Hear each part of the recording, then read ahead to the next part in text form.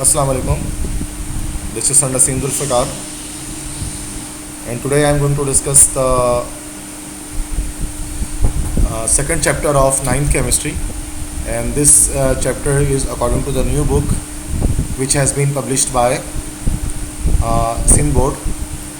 तो सिंध बोर्ड की तरफ से जो नई बुक आई है उसमें जो चैप्टर 2 है एटॉमिक स्ट्रक्चर, इसके लेक्चर को मैं डिलीवर करने जा रहा हूँ। ठीक है, और इसमें जो फर्स्ट हमारे पास इसमें जो टॉपिक होता है एटॉमिक स्ट्रक्चर का, इसमें एटम की साख्त के बारे में हम पढ़ेंगे।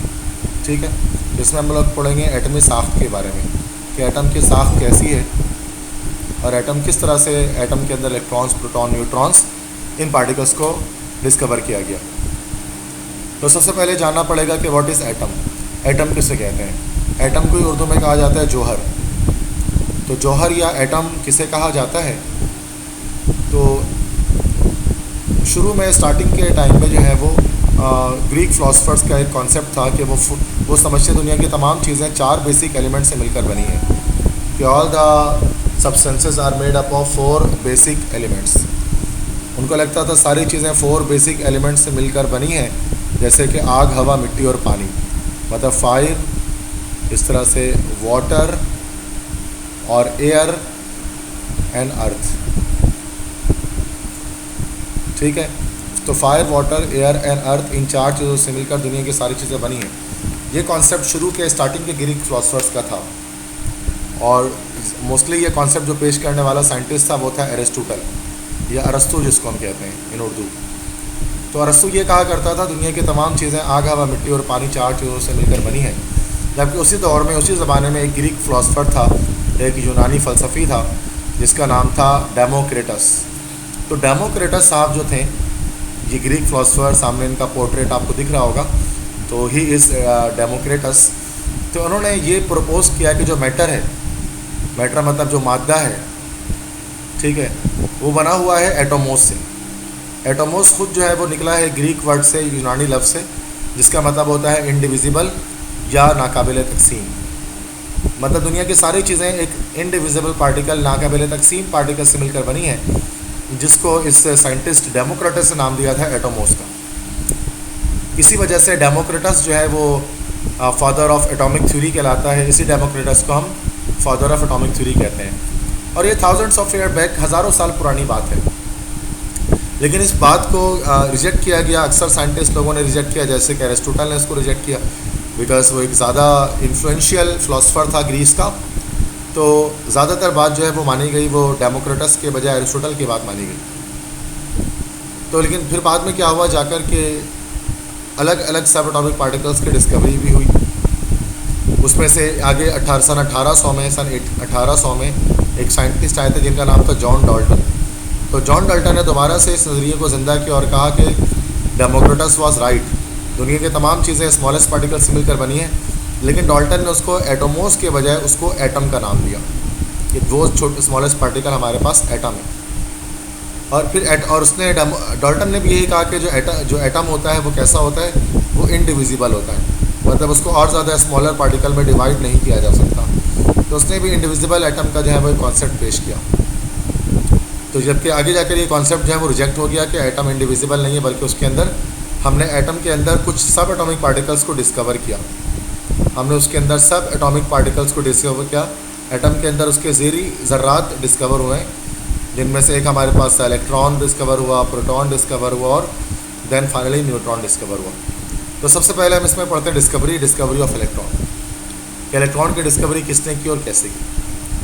तो इलेक्ट्रॉन्स को जो डिस्कवर करने का काम है वो डब्ल्यू क्रूक्स ने किया, या इनका हम फुल नेम कह सकते हैं विलियम क्रूक। विलियम क्रूक ने ये काम किया। उन्होंने इलेक्ट्रॉन्स को डिस्कवर किया, और इलेक्ट्रॉन्स को पहले कहा जाता था कैथोड रेस, बाद में उनको इलेक्ट्रॉन कहा जाना शुरू किया गया। पहले समझा गया कि वो एक रेस हैं, इसलिए उनको कैथोड रेस भी कहते हैं, और कैथोड रेस, इलेक्ट्रॉन एक ही बात है। तो ये मौजूद है डब्ल्यू क्रूक, साइंटिस्ट हैं जिन्होंने इलेक्ट्रॉन को डिस्कवर किया।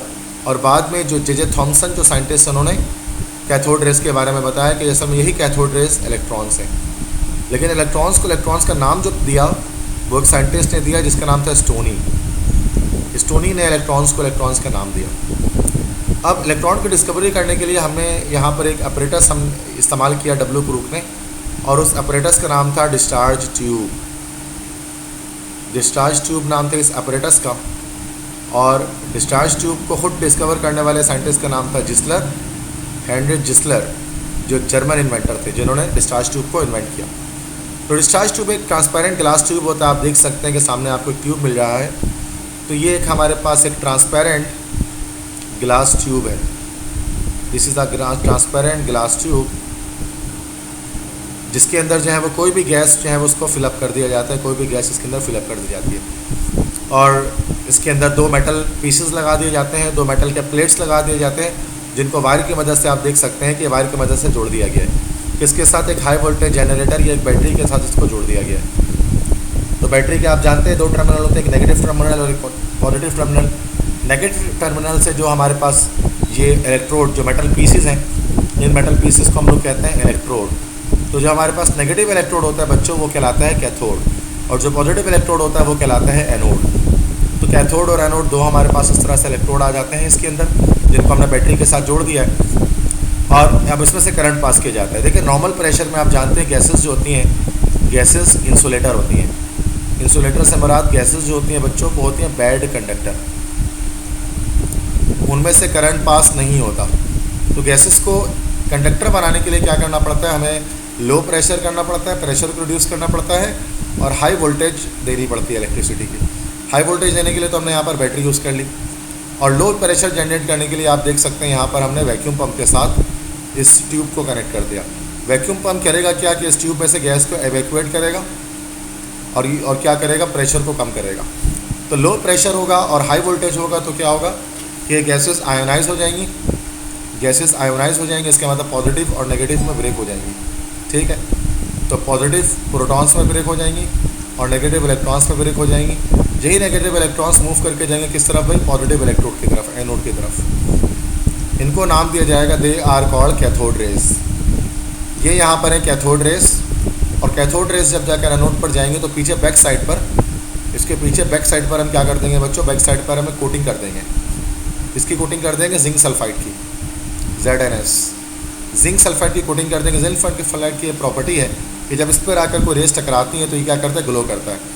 तो हम देखते हैं ग्रीन कलर का एक ग्लो जो है ना वो बैक साइड पे अपेयर हो जाएगा, जिसे ये ऑब्जर्व किया डब्ल्यू ग्रुप ने कि एटम के अंदर कोई सब एटॉमिक पार्टिकल ऐसा है जिसके ऊपर नेगेटिव चार्ज है, और उनको कैथोड रेस का नाम शुरू में दिया गया। बाद में जे थॉमसन ने इन्हीं को इलेक्ट्रॉन्स का नाम दिया। तो इस तरह से डिस्चार्ज ट्यूब में से गैस मतलब इलेक्ट्रिक करंट को पास करने से हमें इलेक्ट्रॉन्स हमने डिस्कवर किया। ठीक है, तो ये हमारे पास है डिस्कवरी ऑफ इलेक्ट्रॉन, जिसका जो सहरा है वो किस पर जाता है? डब्ल्यू ग्रुप के पास जाता है। अब प्रॉपर्टीज़ क्या होती है कैथोड रेस की, ये बताते हैं। सबसे पहली चीज़ तो इलेक्ट्रॉन्स की प्रॉपर्टी भी कह सकते हैं, और पेपर में यही चीज़ प्रॉपर्टीज़ ऑफ कैथोड रेस के नाम से भी आ सकती है। तो कैथोड रेस के नाम से आए या चाहे आपके पास इलेक्ट्रॉन के नाम से आपको यही लिखना है। सबसे पहली चीज़ तो they travel in straight line from anode to cathode, कि ये स्ट्रेट लाइन में ट्रैवल करते हैं कैथोड से एनोड की जानेब। ठीक है, जैसे कि आप देख सकते हैं यहाँ पर ये एक एनिमेशन आपको यहाँ पर दिख रही होगी, ये वाली देखें। ये कैथोड से आप देख रहे हैं कि इलेक्ट्रॉन्स जो है ना वो बाहर निकल रहे हैं और कैथोड से एनोड की तरफ जा रहे हैं और स्ट्रेट लाइन के अंदर जा रहे हैं। ये आप देख रहे होंगे कि स्ट्रेट ट्रैवलिंग इनकी यहाँ पर हो रही है। तो ये स्ट्रेट लाइन में ट्रैवल करते हैं कैथोड से एनोड की तरफ। दूसरी चीज़ वो शार्प शेडो कॉज करते हैं एक ऑब्जेक्ट की। जब कोई ऑब्जेक्ट इनके बीच में रखा जाता है, ये कैथोड रेस के बीच में रखा जाता है, तो ये चूँकि स्ट्रेट लाइन में ट्रैवल करते हैं, तो स्ट्रेट लाइन में ट्रैवल करने का जो रीज़न है वो यही नीचे यहाँ पर मौजूद है कि ये शार्प शेडो कॉज करते हैं जब कोई ऑब्जेक्ट कैथोड रेस के बीच में रखा जाता है। जैसे यहाँ पर आप देखें कि कैथोड रेस पास हो रहे हैं और हमने बीच में यहाँ पर एक पिन व्हील टाइप का रख दिया, तो यहाँ सामने इसका शेडो बन रहा है। अभी इस वक्त शेडो नहीं बन रहा। आप देखें जैसे ही कोई पीस रखेंगे तो यहाँ देख रहे हैं आपके शेडो, यहाँ पर शार्प शेडो बन रहा है। शार्प शेडो का मतलब होता है जिस तरह का ऑब्जेक्ट उसी तरह शेडो बन रहा है। इस शार्प शेडो से ये बात साबित हो जाती है कि कैथोड रेस स्ट्रेट लाइन में ट्रैवल करते हैं। थर्ड ये कि इनके पास नेगेटिव चार्ज होता है, तभी ये पॉजिटिव प्लेट की तरफ डिफ्लेक्ट होता है मैग्नेटिक फील्ड में। जैसा आप यहाँ एक्सपेरिमेंट में आप देख सकते हैं कि ये हमारे पास एक मैग्नेट मौजूद है जिसके प्लस टर्मिनल ये है और ये नेगेटिव टर्मिनल है। तो ये प्लस टर्मिनल जैसे ही देखें यहाँ पर, सॉरी ये अभी इस वक्त जो है वो तो नेगेटिव की तरफ लेकर जा रहे हैं। ये नेगेटिव है और ये पॉजिटिव है। ठीक है, तो दिस इज देखिए नेगेटिव जब लेकर जा रहे हैं तो इनका खुद चार्ज नेगेटिव है, तो ये रिपल कर रहे हैं। तो सेम चार्ज रिपल करते हैं तो आप देख सकते हैं कि इसकी मूवमेंट इससे बाहर की तरफ जा रही है, इस ग्रीन कलर के जो रेस हैं, कैथोड रेस हैं। तो नेगेटिव चार्ज कैरी करते हैं, इसलिए पॉजिटिव प्लेट की तरफ डिफ्लेक्ट होते हैं मैग्नेटिक फील्ड में, और नेगेटिव अगर करीब लेकर जाएंगे तो रिपल्जन होनी शुरू हो जाएगी। चार्ज टू मास रेशियो या E/m रेशियो इलेक्ट्रॉन का 1.7588 × 10⁸ कूलम पर मीटर पर कूलम पर ग्राम होता है। चार्ज टू मास रेशियो में आपको क्या करना है, इलेक्ट्रॉन के चार्ज को इलेक्ट्रॉन के मास से डिवाइड करना है। इलेक्ट्रॉन का चार्ज होता है 1.6 × 10⁻⁻19 कूलम, ठीक है। This is the charge of electron. और मास कितना होता है 9.11 इंटू 9.11 × 10⁻31 kg, ठीक है। तो इतना जब हम इसको क्या करेंगे, जब हम इलेक्ट्रॉन के चार्ज को इलेक्ट्रॉन के मास से डिवाइड कर देंगे, ठीक है। तो जब इलेक्ट्रॉन के चार्ज को इलेक्ट्रॉन के मास से डिवाइड किया जाएगा तो वैल्यू आ जाएगी 1.7588 और 10⁸। तो ये हमारे पास चार्ज टू मास रेशियो कहलाएगा, E/m रेशियो कहलाएगा, जिसको जे थॉमसन साहब जो थे उन्होंने ही इसको कैलकुलेट किया था, और इसी चार्ज टू मास रेशियो की डिस्कवरी की वजह से उनको हमारे पास जो है वो नोबेल प्राइज़ से नवाजा गया था। और यूनिट आ जाएगी कूलम पर ग्राम, क्योंकि कूलम जो है वो चार्ज यूनिट है और ग्राम जो है वो मास यूनिट है।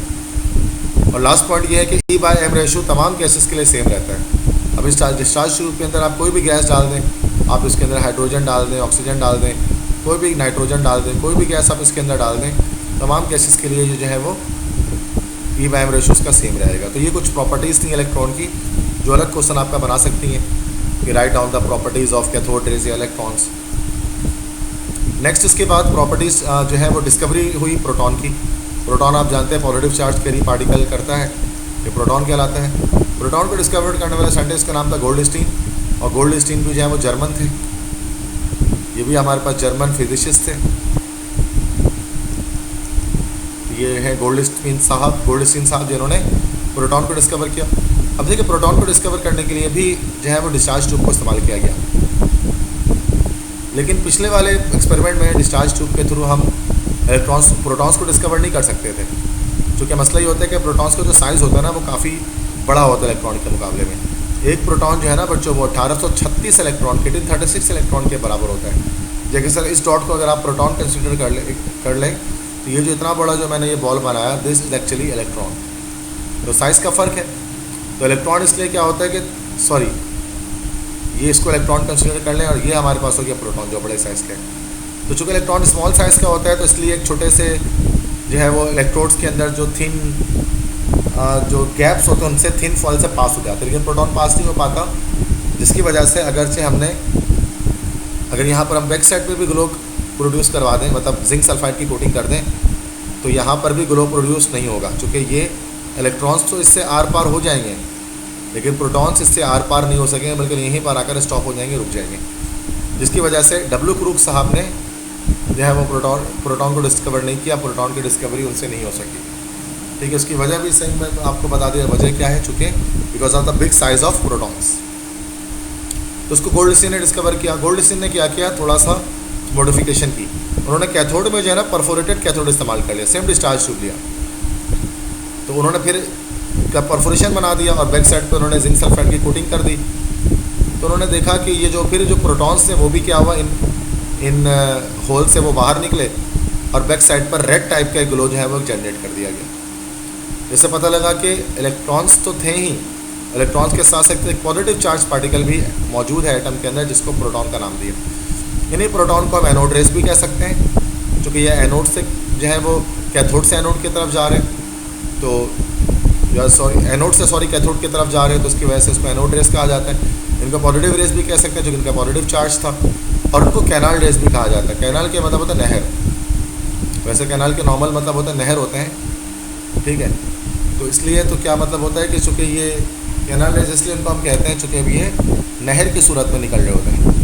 जैसा जब ये परफोरेशन से निकलते हैं ना, तो जैसे कैनाल से निकलते हैं वैसे निकल रहे होते हैं, तो इनको कैनाल रेस भी कह सकते हैं, पॉजिटिव रेस भी कह सकते हैं, एनोड रेस भी कह सकते हैं, और उन्हीं को प्रोटॉन भी कहा जा सकता है। तो ये जो प्रोटॉन की डिस्कवरी है ये की थी किसने, गोल्डस्टीन साहब ने। ये सेकंड पार्टिकल है, तो उन्होंने बस डिस्चार्ज ट्यूब के अंदर सेम वही डिस्चार्ज ट्यूब इस्तेमाल किया जा रहा है। तो यहाँ देख सकते हैं कि यहाँ ऑपरेटर सेम वही है, यहाँ पर भी हम डिस्चार्ज ट्यूब इस्तेमाल कर रहे हैं। लेकिन यहाँ पर हमने परफोरेशन कर दी है छोटी सी, जिसकी वजह से ये कैथोड रेज यहाँ से बाहर निकल गए, सॉरी एनोड रेज यहाँ से पर बाहर निकल गए। इससे प्रोटॉन की प्रॉपर्टीज़ की बात की जाए तो वो भी स्ट्रेट में ट्रैवल करते हैं एनोड से कैथोड की तरफ। इन पर पॉजिटिव चार्ज होता है, इसलिए मैग्नेटिक फील्ड में नेगेटिव प्लेट की तरफ डिफ्लेक्ट होती हैं। चार्ज टू मास रेशियो उनका डिफरेंट होता है हर गैस के लिए, मतलब इलेक्ट्रॉन्स के लिए क्या होता है कि ई बाइम रेशियो हर गैस के लिए सेम होता है, जबकि प्रोटॉन्स के लिए चार्ज टू मास रेशियो हर गैस के लिए अलग अलग होता है। इसकी वजह ये होती है कि इलेक्ट्रॉन्स तो मतलब कैथोड रेज इलेक्ट्रॉन्स पर मुश्तमिल होते हैं, लेकिन जो एनोड रेज होते हैं ना, एनोड रेज वो असल में सिर्फ प्रोटॉन पर मुश्तमिल नहीं होता, बल्कि पूरे के पूरे न्यूक्लियस पर मुश्तमिल होता है वो। और हर एटम का न्यूक्लियस अलग होता है, जिसकी वजह से उनका मास डिफरेंट आता है, तो चार्ज टू मास रेशियो सबका अलग अलग आ रहा होता है। और प्रोटॉन का मास या प्रोटॉन का जो साइज़ है वो 1836 टाइम्स ग्रेटर होता है इलेक्ट्रॉन से। तभी उनके लिए क्या करना पड़ा, परफोरेशन करनी पड़ी कैथोड पे गोल्डस्टीन साहब को। इस तरह ये प्रोटॉन्स की प्रॉपर्टीज़ हैं। इसके बाद क्या हुआ कि हमारे पास थर्ड इसके बाद एक पार्टिकल डिस्कवर हुआ जो कहलाता है हमारे पास न्यूट्रॉन। न्यूट्रॉन की डिस्कवरी से पहले एक चीज़ आप समझ लें कि काफ़ी सारे साइंटिस्ट के बारे में हम इस चैप्टर में पढ़ेंगे जो नोबेल प्राइज़ होल्डर है। तो आपके जहन में बच्चों के ये सवाल भी जाता होगा कि what is Nobel prize, Nobel prize होता क्या है। तो नोबेल प्राइज़ एक तरह का मेडल है, ये मेडल आप देख रहे हैं, एक तरह का मेडल है जो अवार्ड किया जाता है हर साल उन लोगों को साइंस में कोई बड़ा काम किया हो। और नोबेल प्राइज़ दिया जाता है जिस साइंटिस्ट के नाम पर, उस साइंटिस्ट का नाम है अल्फ्रेड नोबेल। ये यहाँ पर जो है वो पोर्ट्रेट भी आप देख सकते हैं स्पाइन के ऊपर, इस मेडल के ऊपर अल्फ्रेड नोबेल साहब जो है वो बने हुए हैं। अल्फ्रेड नोबेल ने डायनामाइट को इन्वेंट किया था। और डायनामाइट क्या होता है, डायनामाइट आपने देखा कि दिस इज़ डायनामाइट, जो एक एक्सप्लोजिव होता है जो धमाके से फट जाता है अगर उसको जलाया जाए। अल्फ्रेड नोबेल ने डायनामाइट ईजाद किया था और उस डायनामाइट के ईजाद करने पर इनको बहुत सारे पैसे इनको मिले थे। अब उस डायनामाइट के अच्छे और बुरे, गुड और बैड दोनों इस्तेमाल किए जा रहे थे। गुड इस्तेमाल इस तरह से किए जा रहे थे कि इससे जैसे रास्ता वगैरह बनाना है किसी पहाड़ से, तो उसको इस्तेमाल किया जाता था डायनामाइट को।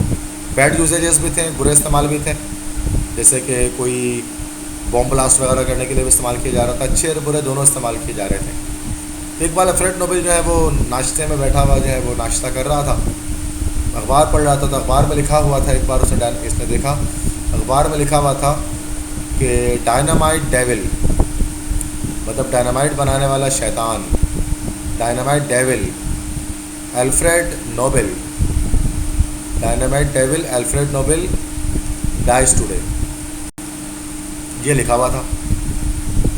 अब उसने ये सोचा कि मैं तो खुद अखबार पढ़ रहा हूँ और मेरे बारे में ये लिखा हुआ है तो मैं तो ज़िंदा हूँ। उसने अखबार के दफ्तर फ़ोन किया तो अखबार वालों ने कहा कि हमसे गलती हो गई है और माफ़ी कर ली, तो बात बंद हो गई।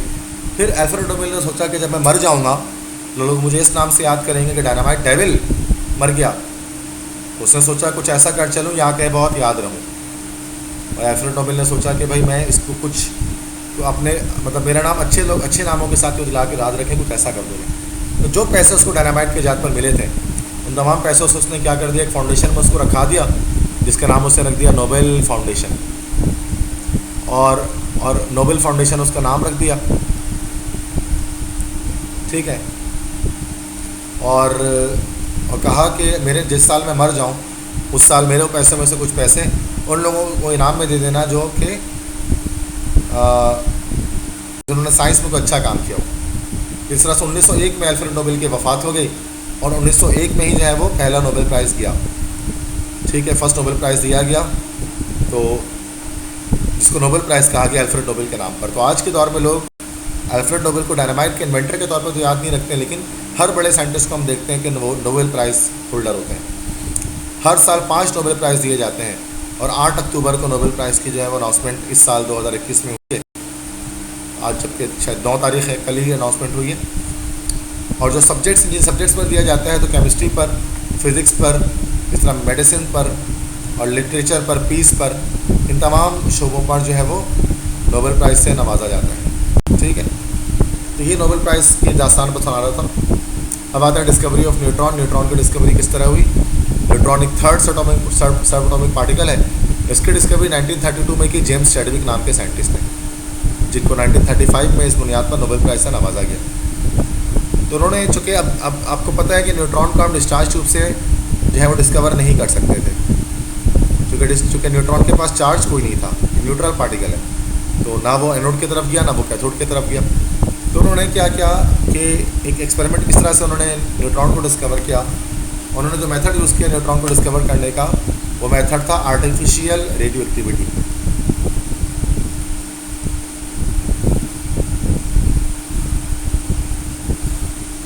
आर्टिफिशियल रेडियो एक्टिविटी में क्या होता है कि हम रेडियो एक्टिव रेस को हम स्ट्राइक करवाते हैं किस पर भाई, किसी मेटल पर। तो वो क्या होता है कि फिर वो जो नॉन रेडियो एक्टिव एलिमेंट होता है वो भी रेडियो एक्टिव बन जाता है, तो इसको आर्टिफिशियल रेडियो एक्टिविटी कहते हैं। जैसे जेम्स चैडविक ने क्या किया, अल्फ़ा पार्टिकल्स को, अल्फ़ा पार्टिकल्स जो है ना वो अल्फ़ा पार्टिकल्स ही रेडियो एक्टिव रेस हैं।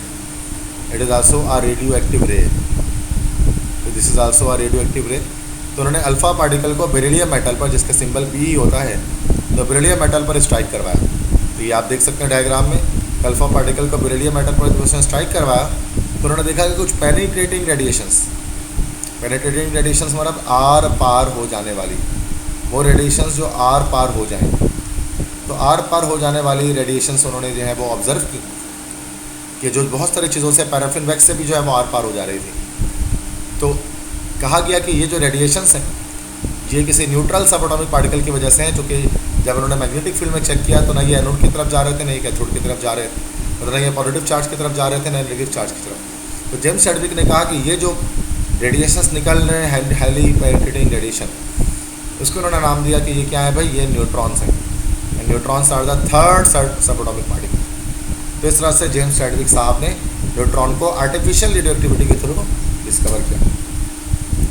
अब न्यूट्रॉन्स की प्रॉपर्टीज़ की बात की जाए तो न्यूट्रॉन्स आपको पता है न्यूट्रल होते हैं, इन पर कोई चार्ज नहीं होता, और न्यूट्रॉन का मास लगभग प्रोटॉन के मास के बराबर ही होता है, क्योंकि जो प्रोटॉन का मास होता है वो होता है 1.67 ×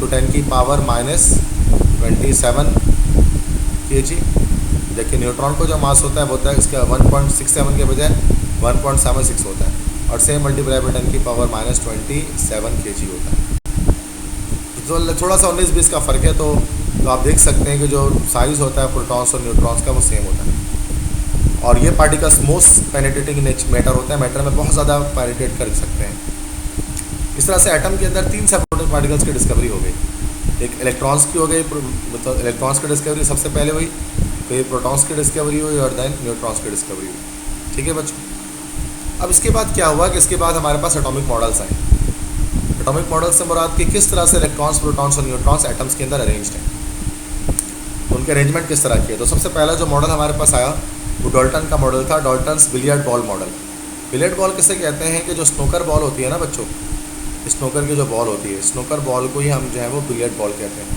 तो डाल्टन ने 1804 में जो मॉडल पेश किया था, ये जॉन डाल्टन सामने मौजूद है तस्वीर में, तो जॉन डाल्टन साहब ने जो एटॉमिक मॉडल पेश किया था उसको सॉलिड बॉल मॉडल या बिलियर्ड बॉल मॉडल कहते हैं।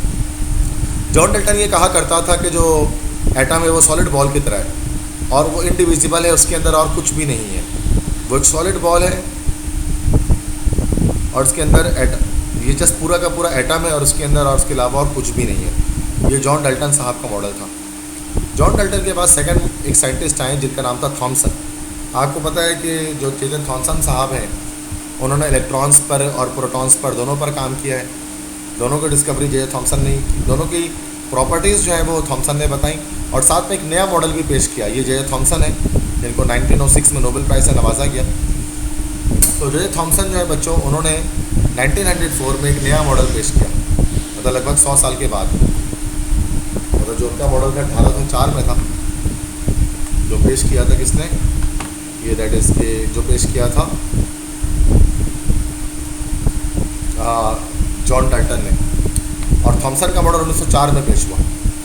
थॉमसन का मॉडल प्लम पुडिंग मॉडल होता है। प्लम पुडिंग मॉडल से मुराद क्या है, जैसे आपने तरबूज देखा होगा, आपने वाटरमेलन देखा होगा, तो वाटरमेलन अगर आपने कभी खाया है, यकीनन खाया होगा, रमज़ानों में बहुत खाता है उसको अफ्तारी में, तो उसमें वाटरमेलन में क्या होता है कि हर तरफ जो है उसके बीज जो है ना, तरबूज के, वाटरमेलन जिसको हम उर्दू में कहते हैं तरबूज के जो बीज हैं वो हर तरफ बिखरे हुए होते हैं।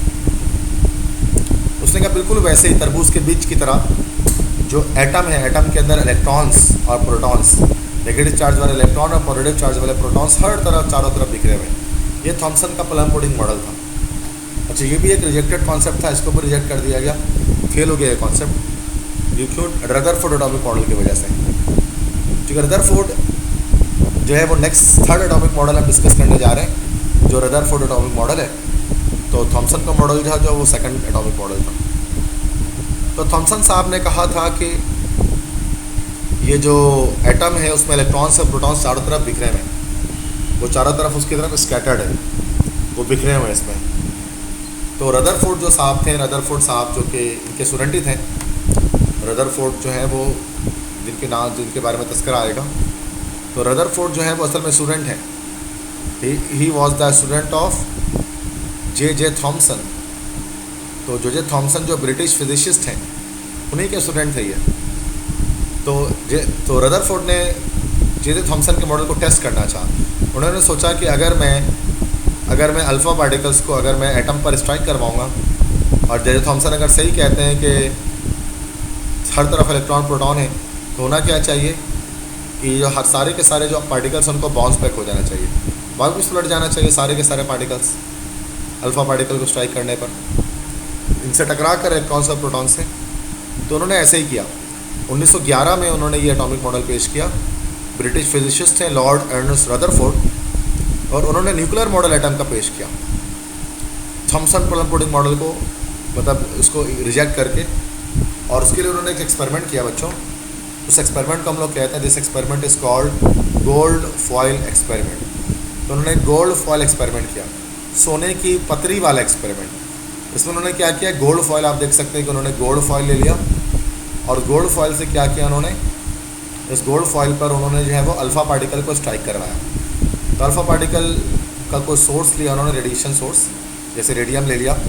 तो रेडियम चूँकि एक रेडियो एक्टिव एलिमेंट है, since radium is a radio active element,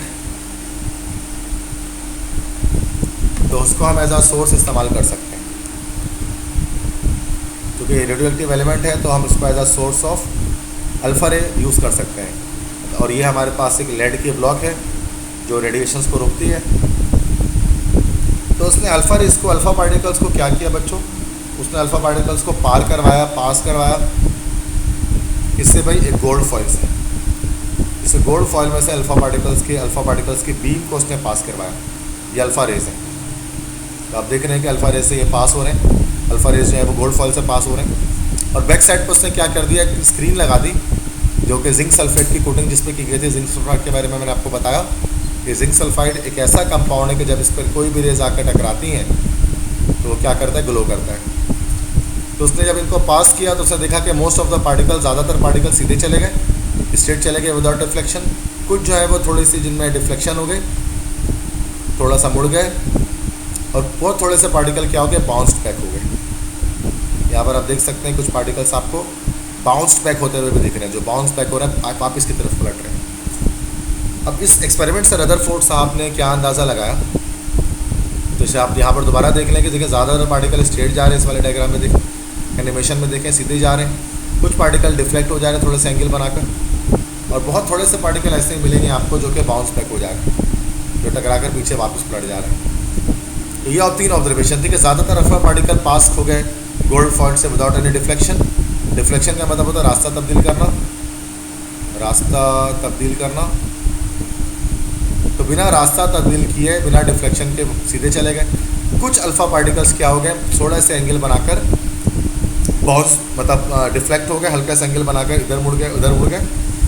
क्योंकि वेरी फ्यू पार्टिकल, 8000 में से एक पार्टिकल बाउंस बैक का मतलब होता है वापस पलट जाना।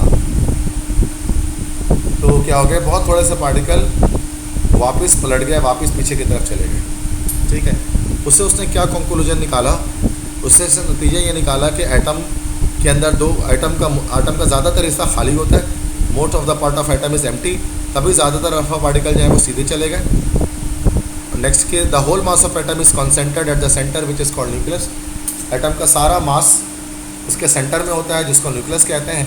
Here you can see this specific part is called nucleus. तो कहते हैं कि एटम का सारा वजन इसके न्यूक्लियस में होता है, और न्यूक्लियस के अंदर पॉजिटिव चार्ज होता है। क्यों? Because of the presence of proton. जब प्रोटॉन न्यूक्लियस के अंदर ही होते हैं तो न्यूक्लियर कॉन्सेप्ट आया। और न्यूक्लियस के पास पॉजिटिव चार्ज क्यों होता है? Because of the presence of protons. और एटम 2 पार्ट पर मुश्तमिल होता है, एक न्यूक्लियस होता है और न्यूक्लियस से बाहर जो भी होता है उसका नाम उन्होंने दिया, this is called extra nuclear path. Extra nuclear path और न्यूक्लियस पर मुश्तमिल होता है, और इलेक्ट्रॉन्स क्या कर रहे होते हैं, एक्स्ट्रा न्यूक्लियर पाथ पर रोटेट कर रहे होते हैं। और रदरफोर्ड ने यह भी कहा था कि जब वो एक्स्ट्रा न्यूक्लियर पाथ पर रोटेट कर रहे होते हैं तो वो लगातार अपनी एनर्जी को खारिज कर रहे होते हैं, जो इसका डिफेक्ट भी था इसके एटॉमिक मॉडल का। ये रदरफोर्ड साइंटिस्ट है जिनको 1908 में नोबेल प्राइज़ दिया गया, लेकिन अच्छा ये मॉडल तो 1911 में आया। तो उनको जो नोबेल प्राइज़ दिया गया था वो discovery of radioactive rays पर, कि अल्फ़ा बीटा और गैमा रेस के बारे में रदरफोर्ड ने बताया था, उस पर इनको नोबेल प्राइज़ से नवाजा गया। तो 1911 से पहले 1908 में इनको नोबेल प्राइज़ दिया गया। अब इसके डिफेक्ट्स क्या आते हैं, इसके रदरफोर्ड के एटॉमिक मॉडल के डिफेक्ट्स देख लें। पहला डिफेक्ट तो अगर इलेक्ट्रॉन लगातार खारिज कर रहा है एनर्जी, तो एक वक्त ऐसा आना चाहिए कि उसको अपनी सारी एनर्जी खर्च कर देनी चाहिए और न्यूक्लियस में गिर जाना चाहिए। चूँकि रदरफोर्ड साहब ने कहा था कि जब ये न्यूक्लियस है और ये हमारे पास पहला ऑर्बिट है, तो उन्होंने बोला था कि इलेक्ट्रॉन जो है वो जब मूव करता है, ये इलेक्ट्रॉन मूव करता है तो लगातार एनर्जी का एमिशन करता है। तो अगर ये लगातार एनर्जी का एमिशन करेगा तो एक वक्त ऐसा आना चाहिए कि इसको अपनी सारी एनर्जी ख़त्म कर देनी चाहिए, लेकिन और उसको और ख़त्म करने के बाद उसको स्पायरल पाथ बनाता हुआ घूमता घूमता न्यूक्लियस में फॉल हो जाना चाहिए, गिर जाना चाहिए। बट ऐसा कभी नहीं होता ये। तो अगर एनर्जी लगातार खारिज करना है तो फिर उस सूरत में ऐसा क्यों नहीं होता कि ये रुक जाता है या फिर घूमते हुए न्यूक्लियस में गिर जाता है। और दूसरा, अगर इलेक्ट्रॉन लगातार एनर्जी खारिज करता है तो हमें कंटिन्यूस स्पेक्ट्रम मिलना चाहिए, लेकिन इसके बरक्स हमें क्या मिलता है, लाइन स्पेक्ट्रम मिलता है। स्पेक्ट्रम किसे कहते हैं, spectrums are actually bands of colour, bands of light. रोशनी की पट्टियाँ होती हैं जो अलग अलग कलर की, उसको स्पेक्ट्रम कहा जाता है। स्पेक्ट्रम दो तरह का होता है, कंटिन्यूस स्पेक्ट्रम होता है, एक लाइन स्पेक्ट्रम होता है। कंटिन्यूस स्पेक्ट्रम में वॉयलेट, इंडिगो, ब्लू, इस तरह से ग्रीन, येलो, ऑरेंज, रेड, ये सारे कलर्स क्या होते हैं कि एक साथ जुड़े हुए होते हैं, मिक्स होते हैं। ये कंटिन्यूस स्पेक्ट्रम कहलाता है। कंटिन्यूस स्पेक्ट्रम से हमें ये पता लगता है कि जो एनर्जी है वो लगातार खारिज हो रही है, एनर्जी कंटिन्यूसली एमिट हो रही है। जबकि लाइन स्पेक्ट्रम जो है ना वो उसमें लाइंस होती हैं अलग अलग कलर की, तो इससे ये पता चलता है कि एनर्जी लगातार खारिज नहीं हो बल्कि वक्फे वक्फे से हो रही है। तो जब सूरज की रोशनी का स्पेक्ट्रम आप लेंगे तो कंटिन्यूस स्पेक्ट्रम बनेगा। स्पेक्ट्रम कैसे बनाते हैं, bye means of prism. Prism एक तरह का आप देखेंगे अपने स्कूल के अंदर के लाइक शीशे का बना हुआ एक डिवाइस होता है प्रिज्म। इससे जब वाइट लाइट को गुजारा जाता है तो सात इस तरह के रंगों में ब्रेक हो जाती है, बस सनलाइट को गुजारा जाता है। तो सनलाइट का हमारे पास कंटिन्यूस स्पेक्ट्रम आता है, क्योंकि सनलाइट कंटिन्यूस एनर्जी का एमिशन कर रहा है। तो सात रंग आते हैं जिसमें बीच में कोई भी गैप नहीं होता। लेकिन यही अगर हम एटम का अगर हम ले लें, जैसे कि ये हमारे पास डिस्चार्ज ट्यूब है, इसके अंदर हमने कोई हाइड्रोजन गैस कोई गैस भरी है, और इस गैस में इसमें से जो कैथोड रेज निकल रहे हैं उनको जब हम प्रिज्म से पास करेंगे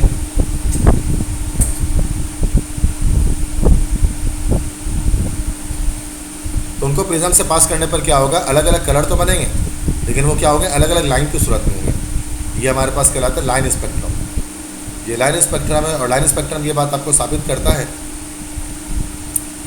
लाइन स्पेक्ट्रम कहलाता है। और लाइन स्पेक्ट्रम आपको ये बात बताता है कि जो एनर्जी है वो लगातार खारिज नहीं हो रही बल्कि वक्फे से खारिज हो रही है।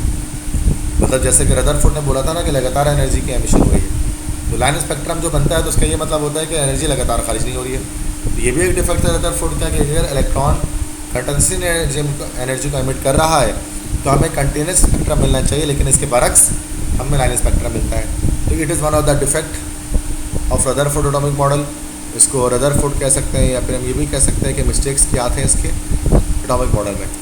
नेक्स्ट उसके बाद जो साइंटिस्ट है जिन्होंने इसके एटॉमिक मॉडल की गलतियों को दूर किया, उनका नाम था नील्स बोहर, और उन्होंने पेश किया बोहर्स एटॉमिक मॉडल। तो बोहर्स एटॉमिक मॉडल पेश किया था जिस साइंटिस्ट है, उसका साइंटिस्ट का नाम था नील्स बोहर। वो एक डैनिश फिजिसिस्ट था।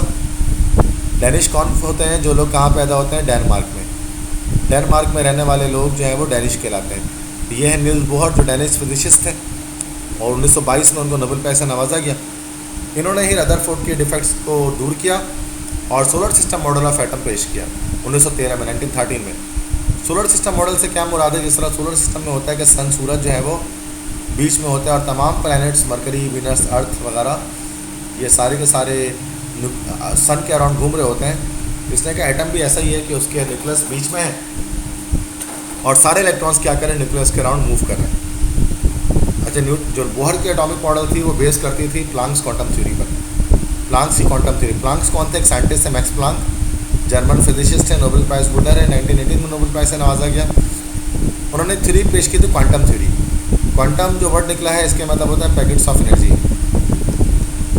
उन्होंने बताया था जो एनर्जी फैलती है ना, जो एनर्जी प्रोपेगेट करती है वो पार्टिकल्स की सूरत में करती है, वो पैकेट्स ऑफ एनर्जी की सूरत में करती है।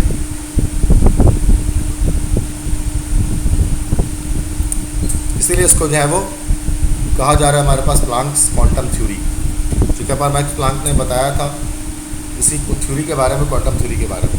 और इसी क्वांटम थ्योरी को यूज़ किया था नील्स बोहर ने अपने एटॉमिक मॉडल को साबित करने के लिए।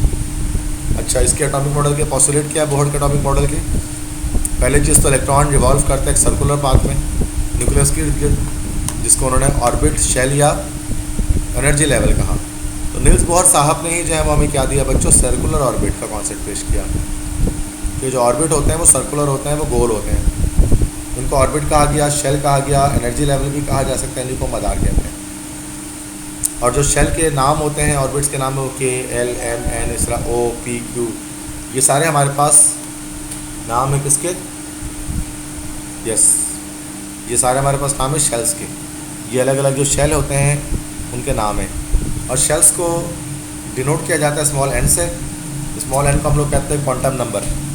तो स्मॉल एन की वैल्यू 1, 2, 3, 4 कोई भी हो सकती है। तो के लिए स्मॉल एन के लिए 1 होती है, एल के लिए 2 होती है, एम के लिए 3 होती है और एन के लिए 4 होती है।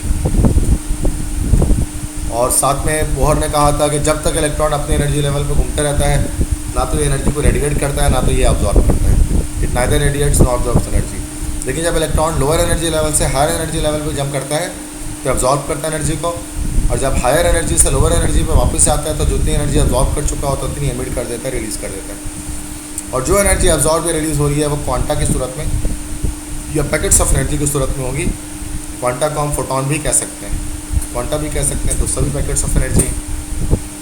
कितना एनर्जी चेंज आया इसको कैलकुलेट करने के लिए हम यूज़ कर लेंगे E2 - E1 जो फॉर्मूला लगा लेंगे। इससे पता लगेगा कि इलेक्ट्रॉन जब ट्रांजिशन कर रहा है, मतलब एक्साइटेड स्टेट पे जा रहा है, तो कितना एनर्जी चेंज आ रहा है। इसके अलावा दूसरा फॉर्मूला भी इसका है डेल्टा E = H/न्यू। H यहाँ पर क्या है? H यहाँ पर है प्लांक्स कांस्टेंट, जिसकी वैल्यू है 6.625 × 10⁻³ जूल सेकंड। और न्यू यहाँ पर क्या है? दिस इज एक्चुअली न्यू, ये न्यू है। न्यू क्या है भाई? न्यू एक ग्रीक सिंबल है। न्यू के मतलब होते हैं फ्रीक्वेंसी ऑफ एमिटेड लाइट। जो भी लाइट एमिट हुई है उसकी फ्रीक्वेंसी क्या है।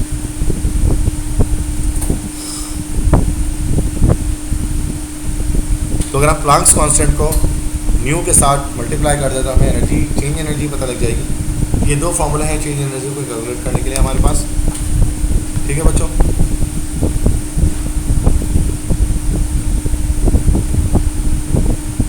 अच्छा, इन्हीं ऑर्बिट को बोहर जो है ना स्टेशनरी स्टेट का नाम भी दिया करता था। और बोहर ने बताया था स्टेशनरी स्टेट वहाँ पर मौजूद होंगे जहाँ पर इलेक्ट्रॉन को जो एंगुलर मोमेंटम होगा वो h/2π के इंटीग्रल मल्टीपल होगा। एंगुलर मोमेंटम किससे कहते हैं? तो मोमेंटम आपको पता है, मोमेंटम किससे कहते हैं? P = mv, मास और वेलोसिटी का प्रोडक्ट। और एक होता है एंगुलर मोमेंटम कैपिटल है, शो करते हैं, ये होता है mvr। तो हर कोई बॉडी जो सर्कुलर पाथ में घूम रही है उसका एंगुलर मोमेंटम होगा। तो वो कह रहे हैं कि भाई इलेक्ट्रॉन का भी एंगुलर मोमेंटम होगा, और जहाँ पर उसका एंगुलर मोमेंटम h/2π के इंटीग्रल मल्टीपल होगा वहीं पर शेल्स पॉसिबल होंगे। h/2π के इंटीग्रल मल्टीपल से मुराद अगर आप NH/2π कह लें, अब n की जगह वैल्यू रखते हैं 1, 2, 3, 4, तो 1 अगर वैल्यू रखेंगे n की तो जगह h/2π, इतना एंगुलर मोमेंटम वाला इलेक्ट्रॉन पॉसिबल है। n की वैल्यू 2 रखेंगे तो 2h/2π, 2 कैंसिल हो जाएगा, तो h/π। ये हमारे पास ये बताता है कि किस तरह से हम स्टेशनरी स्टेट्स को कैलकुलेट करते हैं। h/2π का इंटीग्रल मल्टीपल होता है, इंटीग्रल मल्टीपल मतलब इंटीजर्स के साथ मल्टीप्लाई करना पड़ेगा। तो ये हमारे पास नेक्स्ट है कि इसने ये भी बताया था कि ऑर्बिट कहाँ पर पाई जाएंगे नील्स बोहर में, सर्कुलर ऑर्बिट कहाँ पर मौजूद है। तो ये इस तरह का आप देख सकते हैं एटॉमिक मॉडल, ये बोहर का एटॉमिक मॉडल है। इस एटॉमिक मॉडल को जब नाम देते हैं वो क्या नाम देते हैं? इस एटॉमिक मॉडल को हम लोग कहते हैं solar system model of atom.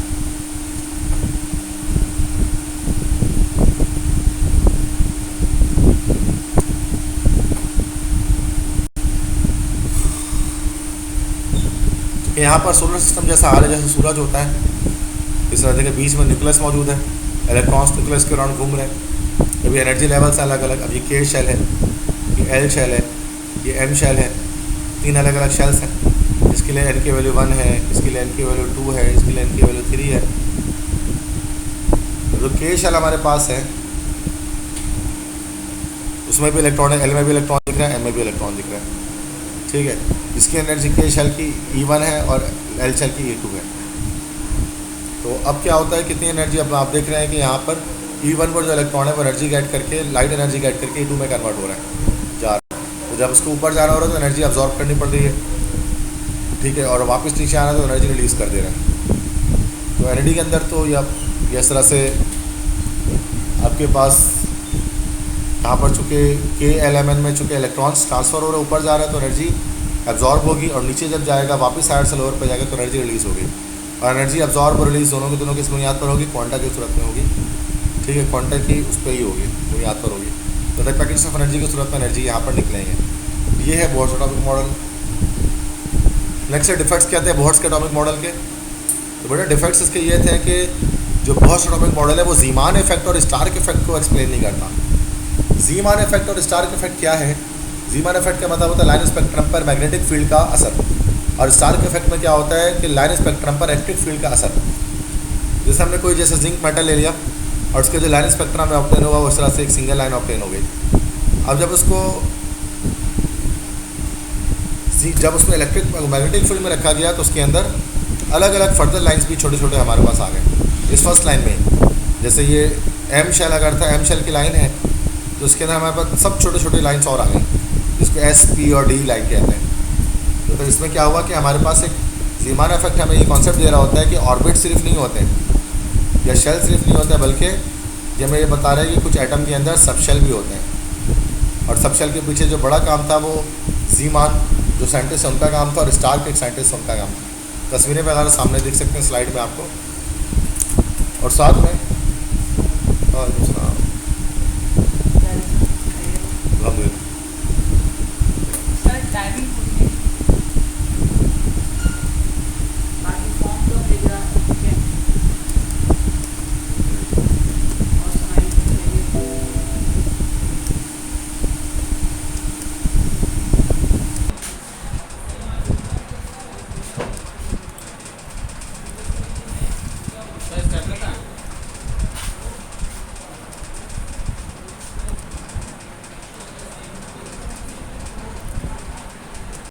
तो स्टूडेंट्स, तो यहाँ पर हमने देखा कि क्या डिफेक्ट्स हैं रदरफोर्ड के हैं वो एटॉमिक या बोहर्ट्ज़ के एटॉमिक मॉडल के, ठीक है। तो पहली बात तो ये कि ज़ीमान इफ़ेक्ट को ये जो है वो एक्सप्लेन नहीं करता, और स्टार्क इफ़ेक्ट को भी एक्सप्लेन नहीं करता कि जब हम जो स्पेक्ट्रल लाइंस के स्पेक्ट्रा होते हैं उन पे जब मैग्नेटिक फील्ड या जब उनको इलेक्ट्रिक फील्ड में रखा जाता है तो फिर वो डिफरेंट और छोटे छोटे लाइंस में ब्रेक हो जाते हैं। तो इस चीज़ का एक्सप्लेनेशन जो है वो नहीं करता Bohr's atomic model. Then it deviates the Heisenberg uncertainty principle. Heisenberg uncertainty principle से भी डेविएट करता है। हाइसेनबर्ग कौन थे? एक साइंटिस्ट थे जिनका नाम था वर्नर हाइसेनबर्ग। ये हमारे पास एक जर्मन फिजिसिस्ट थे, जर्मन माहिर तबियात थे जिनका नाम है हाइसेनबर्ग। तो नोबेल प्राइज़ विनर है 1932 का ये। तो वर्नर हाइसेनबर्ग ने एक अनसर्टेनिटी प्रिंसिपल पेश किया था। अनसर्टेनिटी प्रिंसिपल मतलब जिसको हम लोग बोलते हैं गैर यकीनी का कानून, जिसमें वो ये कहा करते थे कि किसी एटम के लिए इम्पॉसिबल है कि आप उसकी पोजीशन और मोमेंटम दोनों को परफेक्टली बता दें, कि किसी एटम के अंदर जो इलेक्ट्रॉन है उसकी पोजीशन और उसकी मोमेंटम दोनों को आप सर्टेनिटी के साथ, यकीन के साथ नहीं बता सकते। मतलब इलेक्ट्रॉन को जो है वो हाइसेनबर्ग ने जो कॉन्सेप्ट दिया था उसके अकॉर्डिंग इलेक्ट्रॉन एक वेव नेचर के पार्टिकल नेचर के साथ साथ वो एक वेव नेचर भी रखती थी कि इलेक्ट्रॉन की पोजीशन जो है ना वो सर्टेनिटी के साथ नहीं बताई जा सकती, चूँकि वेव कंटिन्यूसली मोशन में होते हैं। तो एक ये हाइसेनबर्ग के अनसर्टेनिटी प्रिंसिपल से भी डेविएट करता था। नेक्स्ट ये मोनो इलेक्ट्रॉनिक स्पीशीज़ को एक्सप्लेन करता था। बोहर का जो एटॉमिक मॉडल था वो सिर्फ मोनो इलेक्ट्रॉनिक स्पीशीज़ के लिए था, मतलब ऐसे स्पीशीज़ के लिए था जिनके पास सिर्फ एक इलेक्ट्रॉन हो, जैसे H+ हो गया या Li हो गया, Li+2 इनके लिए था। मतलब ऐसे तमाम स्पीशीज़, ऐसे तमाम एटम्स जिनके लास्ट शेल में बस एक इलेक्ट्रॉन होगा उनके लिए बोर्स एटॉमिक मॉडल था, और बाकी जिनके लास्ट शेल में 2 इलेक्ट्रॉन या 3 या 4 इलेक्ट्रॉन होंगे जिनके एटम में, उसके लिए बोहर का एटॉमिक मॉडल फेल हो जाता था। तो ये 4 डिफेक्ट्स थे जो बोहर के एटॉमिक मॉडल के अंदर मौजूद थे, और जिसकी वजह से क्या हुआ कि आगे अच्छा इसकी तो नया जो कॉन्सेप्ट आया ना इसका एटम का, तो वो उसके लिए डी ब्रोगली एक साइंटिस्ट थे जिनका नाम था लुइस डी ब्रोगली। तो लुइस डी ब्रोगली ने उसके लिए कंट्रीब्यूशन की और एक हाइपोथेसिस पेश किया लुइस डी ब्रोगली ने। तो और वो हाइपोथेसिस क्या था, जिसमें 1905 में एल्बर्ट आइंस्टाइन ने, जो फादर ऑफ मॉडर्न फिजिक्स कहलाते हैं, उन्होंने प्रूफ किया था कि लाइट ना सिर्फ वेव नेचर है बल्कि पार्टिकल नेचर भी है। तो कि लाइट को पहले लोग जो है वो सिर्फ वेव समझते थे। तो एल्बर्ट आइंस्टाइन ने कहा कि लाइट जो है वो वेव होने के साथ साथ पार्टिकल नेचर रखती है, मतलब लाइट का जो है वो डुअल नेचर है। ठीक है, डुअल नेचर है। यह आइंस्टाइन ने प्रूफ किया, जो हमारे पास फादर ऑफ मॉडर्न फिजिक्स है। तो इसी चीज़ को देखते हुए 1923 में लुइस डी ब्रोगली ने इसी को एक्सटेंड कर दिया वेव पार्टिकल ड्यूअलिटी को इलेक्ट्रॉन्स पर, कि इलेक्ट्रॉन्स जिसको नील्स बोहर समझा करता था सिर्फ पार्टिकल, तो वो पार्टिकल होने के साथ साथ एज अ वेव भी बिहेव करता है, दोनों के तौर पे बिहेव करता है। ठीक है, जैसे यहाँ पर आप देख सकते हैं कि ये इलेक्ट्रॉन जब मूव करते हैं तो ना सिर्फ सर्कुलर ऑर्बिट में बल्कि वेव की तरह से वो आप देख सकते हैं कि वो मूव कर रहे हैं। ठीक है, तो इसी बात पर लुइस डी ब्रोगली को 1929 में फिजिक्स का नोबेल प्राइज़ उसको दिया गया। तो इस तरह से क्या हुआ कि कॉन्सेप्ट आया कि इलेक्ट्रॉन्स का डुअल नेचर है। जैसे लाइट का डुअल नेचर है, तो ये जो इलेक्ट्रॉन्स हैं इनका भी डुअल नेचर है। ये जो है वो पार्टिकल्स भी हैं और ये वेव्स भी हैं।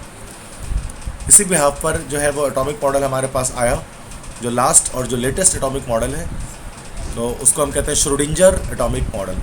श्रोडिंजर एटॉमिक मॉडल क्यों कहते हैं? एक साइंटिस्ट हैं एरविन श्रोडिंजर, ऑस्ट्रियन फिजिसिस्ट हैं। ऑस्ट्रियन फिजिसिस्ट मतलब वो ऑस्ट्रिया में रहते थे, उन्होंने उसको पेश किया था, तो इसलिए इसको श्रोडिंजर एटॉमिक मॉडल या quantum mechanical model of atom भी कहते हैं। क्योंकि यहाँ पर एटम को वेव और पार्टिकल दोनों के तौर पे बिहेव करवाया गया, डुअल नेचर के तौर पे ये करवाया गया था। 1926 में एरविन श्रोडिंजर जो ऑस्ट्रियन फिजिसिस्ट थे, उन्होंने इस मॉडल को पेश किया, और इस मॉडल में ये प्रपोज किया गया कि इलेक्ट्रॉन्स ऑर्बिट के बजाय ऑर्बिटल्स में होते हैं, और जो ऑर्बिट का कॉन्सेप्ट था बोहर के सर्कुलर ऑर्बिट का, उसको रिजेक्ट कर दिया गया, और ऑर्बिटल्स को डिफाइन किया गया। ऑर्बिटल वो रीजन है न्यूक्लियस के अराउंड जहाँ पर इलेक्ट्रॉन को फाइंड करने की पॉसिबिलिटी मैक्सिमम है। मतलब जहाँ इलेक्ट्रॉन, देखो मतलब होता क्या है कि जो बोहर ने कहा था, बोहर के मुताबिक ऑर्बिट कॉन्सेप्ट था कि इस ऑर्बिट पे इलेक्ट्रॉन जो है ना वो इस ऑर्बिट पे घूम रहा होता है, और ऑर्बिट के नाम आपको पता है K, L, M, N, इस तरह से बोहर ने दिए थे। जबकि श्रोडिंजर साहब ने ये बात की कि जैसे ये अगर ये न्यूक्लियस है, आपको इस डायग्राम के अंदर दिख रहा होगा इस वाले में, तो इसके इलेक्ट्रॉन, अब ये इसका एक इलेक्ट्रॉन जो होगा ना, वो इन तमाम डॉट, जितने सारे डॉट आप दिख रहे हैं इनमें से कोई एक डॉट हो सकता है। मतलब यहाँ से लेकर यहाँ तक इस पूरे रीजन में इलेक्ट्रॉन कहीं पर भी लाई कर सकता है। तो ये जो सामने आपको दिख रहा है, this is not an orbit but this is an orbital, जहाँ पर इलेक्ट्रॉन क्लाउड एक मौजूद है। तो ये इस तरह से हमारे पास ना, ये हमारे पास कहलाता है, this is called electron cloud, या इलेक्ट्रॉन का क्लाउड कहलाता है यहाँ पर। तो इलेक्ट्रॉन क्लाउड का कॉन्सेप्ट पेश किया था श्रोडिंजर ने, ऑर्बिटल का कॉन्सेप्ट पेश किया था, और ऑर्बिटल्स को हम बजाय K, L, M, N के हम उसको S, P, D और F से हम शो करते हैं।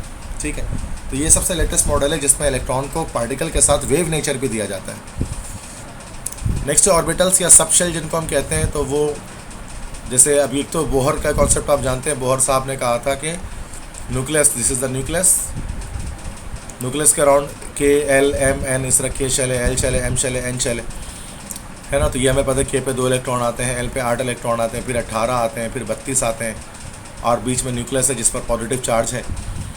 तो K शेल में सिर्फ एक हमारे पास ऑर्बिटल S सब शेल होता है S, L के अंदर 2 होते हैं, S भी होता है, P भी होता है, M के अंदर 3 होते हैं, S, P, D, और N के अंदर 4 होते हैं, S भी होता है, P भी होता है, D भी होता है और F भी होता है। S पर मैक्सिमम इलेक्ट्रॉन 2 आते हैं, P के पास इलेक्ट्रॉन 6 आते हैं, D पर आते हैं 10 इलेक्ट्रॉन, और F पर आते हैं 14 इलेक्ट्रॉन्स।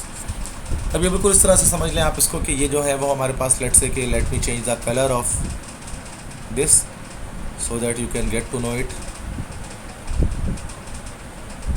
Yes, okay. जिस तरह से K शेल है ना बच्चों, अब इस K शेल के अंदर एक और हमारे पास जो है वो सब शेल है, और ये सब शेल कौन सा हमारे पास है? S है ये। इस तरह से जब हम सेकंड L शेल में जाते हैं, L शेल के अंदर हमारे पास 2 सब शेल और बने हुए हैं, मतलब मेन रोड के अंदर जैसे लेंस होते हैं ना, वो 2 और S भी है, P भी है। इस तरह 2 और 6 टोटल 8 इलेक्ट्रॉन आ जाते हैं। इस तरह जब हम डी नेक्स्ट में जाएंगे, थर्ड शेल में जाएंगे, थर्ड ऑर्बिट में जाएंगे, तो उसके अंदर 3 ऑर्बिटल या 3 सब शेल होते हैं। थर्ड ऑर्बिट में 3 ऑर्बिटल या थर्ड शेल में 3 सब शेल होते हैं। एस भी होता है, पी भी होता है, डी भी होता है। अब एस में 2 इलेक्ट्रॉन आते हैं, पी में 6 आते हैं और डी में 10 आते हैं, टोटल 18 हो जाते हैं। इस तरह से जब फाइनली डी एफ फोर्थ में जाएंगे या एन शेल में जाएंगे तो उसके अंदर 4 सब शेल आपको दिखेंगे। तो 4 सब शेल इसके अंदर होते हैं। इसके अंदर एस भी होता है, पी भी होता है, डी भी होता है, एफ भी होता है। टोटल इस तरह से 32 इलेक्ट्रॉन्स होते हैं। तो सिर्फ ऑर्बिट का जो कॉन्सेप्ट था वो किसका था भाई? बोहर का दिया हुआ था। और ऑर्बिटल का जो कॉन्सेप्ट था वो लेकर आया था श्रोडिंगर। ठीक है, तो इस तरह से हमें हमारे पास जो है वो एक ये समरी आगे जो कुछ हमने अभी पढ़ा एटॉमिक मॉडल्स के अंदर। तो आप जानते हैं कि हमने पढ़ा डॉल्टन्स एटॉमिक मॉडल को, जिसमें सॉलिड बॉल कॉन्सेप्ट था। फिर जे थॉमसन आए, उन्होंने क्या प्लम पुडिंग मॉडल पेश किया, कहा कि प्लस माइनस चार्जेस एक साथ मौजूद हैं। फिर रदरफोर्ड आए, जिसने न्यूक्लियर कॉन्सेप्ट दिया, बीच में न्यूक्लियस है और उसका पॉजिटिव चार्ज है, इलेक्ट्रॉन्स उसके अराउंड है। बोहर साहब जो थे उन्होंने सर्कुलर ऑर्बिट का कॉन्सेप्ट पेश किया कि सर्कुलर ऑर्बिट्स होते हैं। ये बोहर की कंट्रीब्यूशन थी। और उसके बाद फिर पता लगा कि श्रोडिंगर आए और उन्होंने इलेक्ट्रॉन क्लाउड मॉडल पेश किया कि जो न्यूक्लियस के अराउंड जो है वो इलेक्ट्रॉन क्लाउड्स होते हैं, जिन पर इलेक्ट्रॉन कहीं पर मिल सकता है, जो ऑर्बिटल कॉन्सेप्ट है। तो ये अभी इस वक्त 1926 में जो श्रोडिंगर ने पेश किया था, ये मॉडल अब तक जो है वो चल रहा है, मौजूद है। तो बच्चों, आई होप सो कि आपको ये लेक्चर समझ में आया होगा। तो ये चैप्टर 2 है, जो कंप्लीट मैंने उसकी डिटेल्स आपको दी हैं न्यू बुक के अकॉर्डिंग। तो स्टूडेंट्स कह रहे थे कि न्यू बुक से मैं लेक्चर बनाऊं, तो न्यू बुक से इस तरह मैंने लेक्चर बनाया। तो मेरा नाम है सर नसीम जुल्फ़िकार। अगर आपको मेरे लेक्चर पसंद आया है तो आप मेरे लेक्चर को लाइक करें, चैनल को सब्सक्राइब करें और अपने फ्रेंड्स के साथ ज़्यादा से ज़्यादा शेयर करें। मेरा ताल्लुक़ दुआ इल्म कोचिंग सेंटर से है, जिसके कैंपसेस औरंगी टाउन और गुलशन इकबाल ब्लॉक 5 में है। तो अगर आपको फ़िज़िकली मेरी क्लास में अगर आपको आना है और दीगर सब्जेक्ट्स भी पढ़ने हैं, तो ये नंबर है 0300 215 2272। ये मेरा व्हाट्सएप नंबर है, इस पर आप मुझसे एडमिशन डिटेल्स वगैरह ले सकते हैं। ठीक है, और कैंपसेस के बारे में फिर बता दूं कि कैंपस हमारा औरंगी टाउन के अंदर है, और उसके अलावा औरंगी टाउन के अलावा गुलशन इकबाल ब्लॉक 5 में भी कैंपस मौजूद है। तो इजाज़त दीजिए अपने टीचर सर नसीम जुल्फ़िकार को। इंशाल्लाह जल्द मुलाकात होगी नए लेक्चर के साथ। तो तब तक के लिए अल्लाह हाफिज़। तो खुश रहें आप तमाम बच्चे।